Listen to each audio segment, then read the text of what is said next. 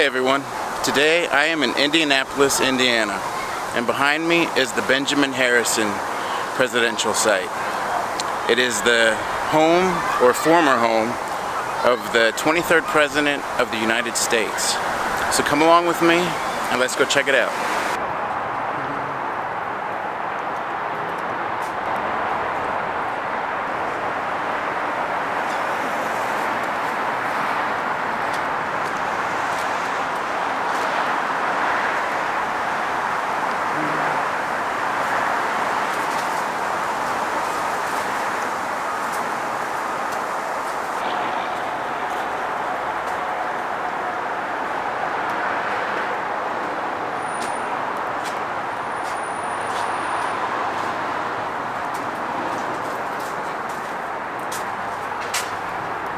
Welcome to the Benjamin Harrison presidential site. This is the home of Benjamin Harrison, 23rd President of the United States of America, and the only president to run from Indiana and be elected.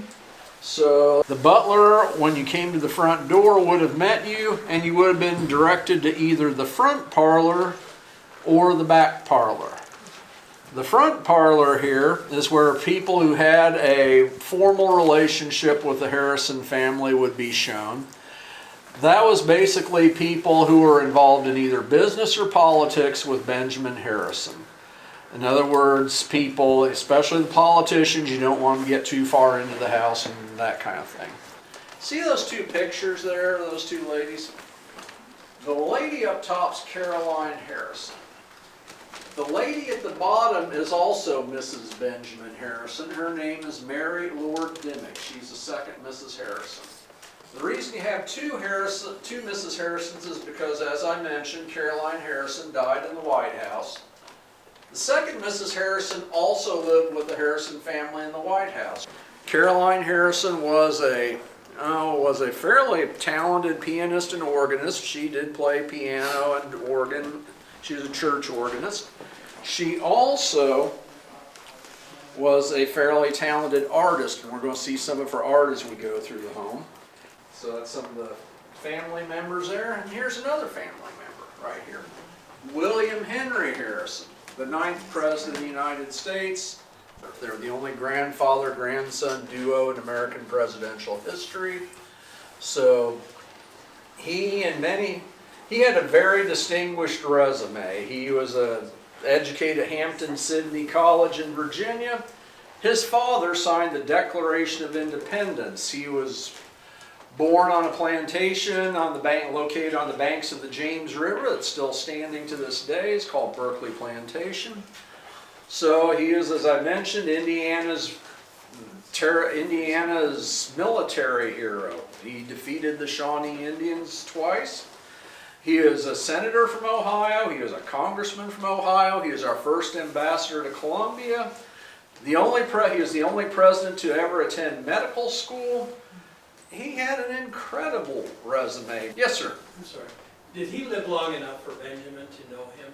But when he died, Benjamin Harrison was probably about 7, 8 years old. So to the extent that a 7-year-old would know Granddad, especially since they lived at the same house, yeah, he would have known him, but just to the level of understanding a little child would have.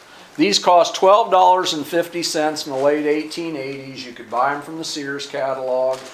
$12.50 was about 2 weeks worth of the average American working man's pay at that time. So we're going to see if the Regina phone here feels like playing. Is anybody reproducing those at this time? Any crafts? Actually, you can buy. That one was new as of 2022. The disc. You mean the disc? The disc. The disc, yeah, not the device, but the disc. The sound quality all because of the resonation in the wood? Yeah. Oh, excuse me. Okay, well, first of all, it's fairly deep. And if you look at the thickness of the walls,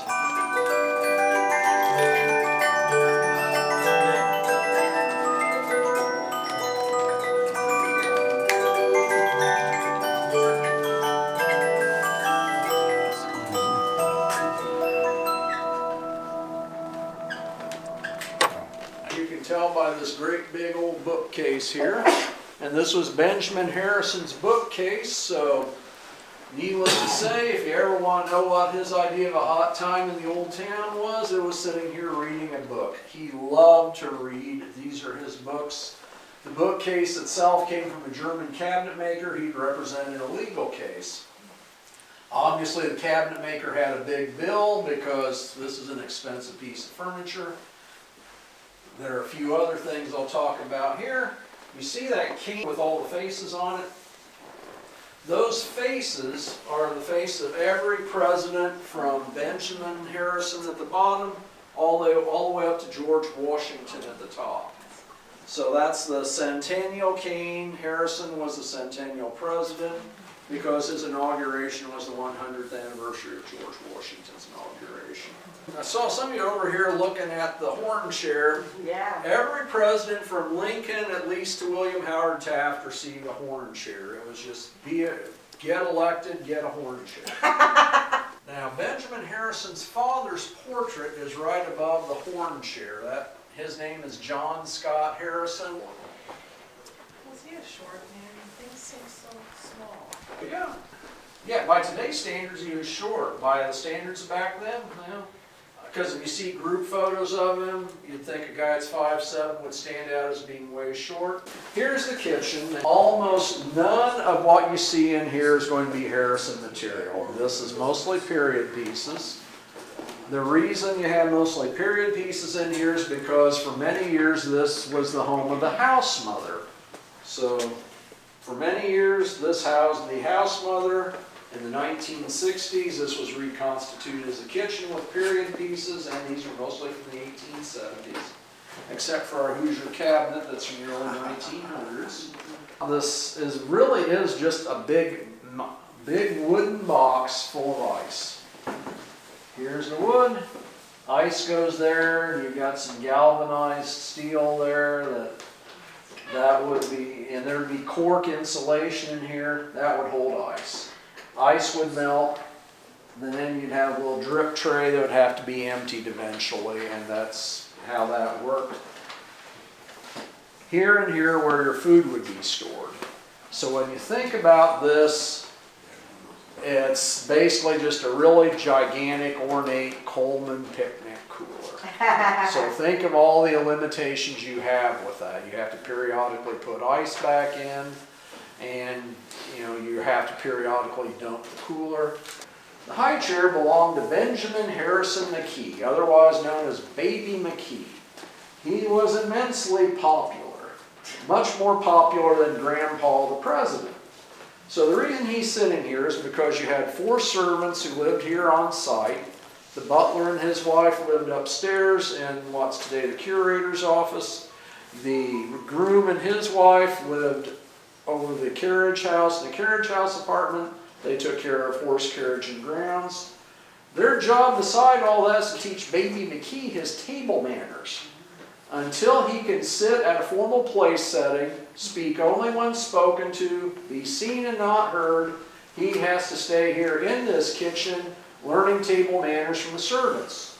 So he's sitting in here. He, as I mentioned, was very popular. He defeated Grover Cleveland's daughter Ruth in a popularity contest. His prize was that doll we saw underneath the Christmas tree up there. Yes, every boy wants one of those. So, Ruth Cleveland had to content herself with years and years later having a candy bar named after her. So she got the baby Ruth, and Baby McKee, well, he got to take the doll home with him. So we'll go here into our dining room. By the time Elizabeth Harrison came around, her father, Benjamin Harrison, was in his 60s. He'd been President of the United States. He basically didn't care what the convention was of the time. If he wanted his kid sitting next to him while he ate, his kid sat next to him while he ate. And if you didn't like it, well, you go be president, and then I'll pay attention to you. The china cabinet here, as you in fact did note, the top shelf is the Harrison administration White House china pattern. What's interesting about that is that's Caroline Harrison's design. So we'll head upstairs here.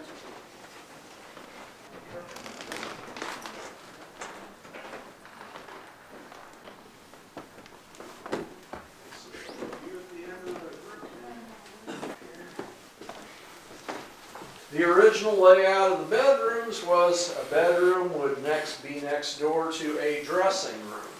Over time, those dressing rooms became all sorts of other things. In the case of this room, that became a nursery. So the McKees lived next door, lived here with small children. They needed a nursery. Next door became a nursery.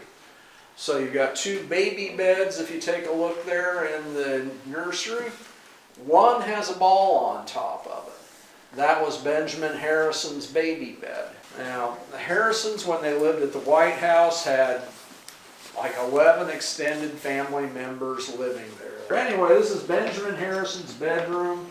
So I don't believe in ghosts, but if you do, think that his ghost might just come back and smack you into correction and stuff.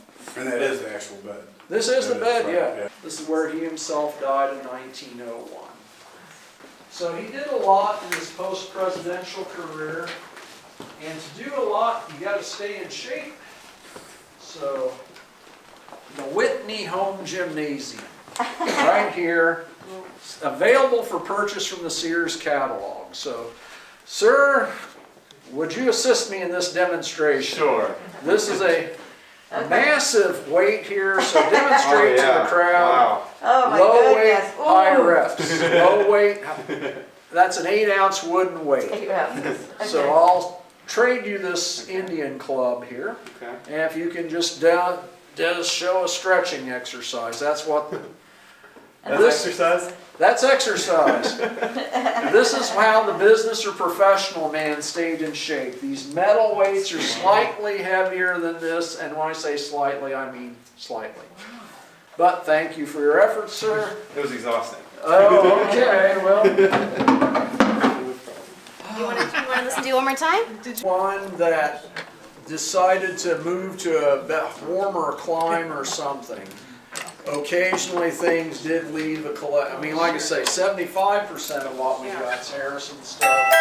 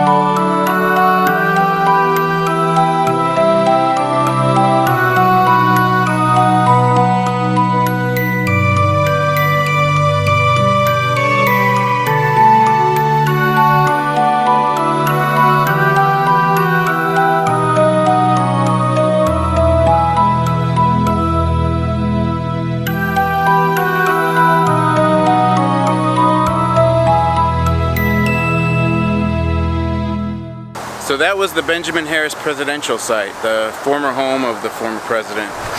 I didn't even know this was here until I did a search online looking for something to do, but I'm really glad I stopped by and checked it out. It was really cool. One thing I'm not sure if I got when I was in there on film, but the tour guide mentioned that 75% of the items in the home, in the museum, actually belonged to Benjamin Harrison, his family. So they're the genuine article. So it was definitely very cool. Something I highly recommend. Something if you're ever in Indianapolis looking for something to do, definitely come by and check this out, the Benjamin Harris Presidential Site.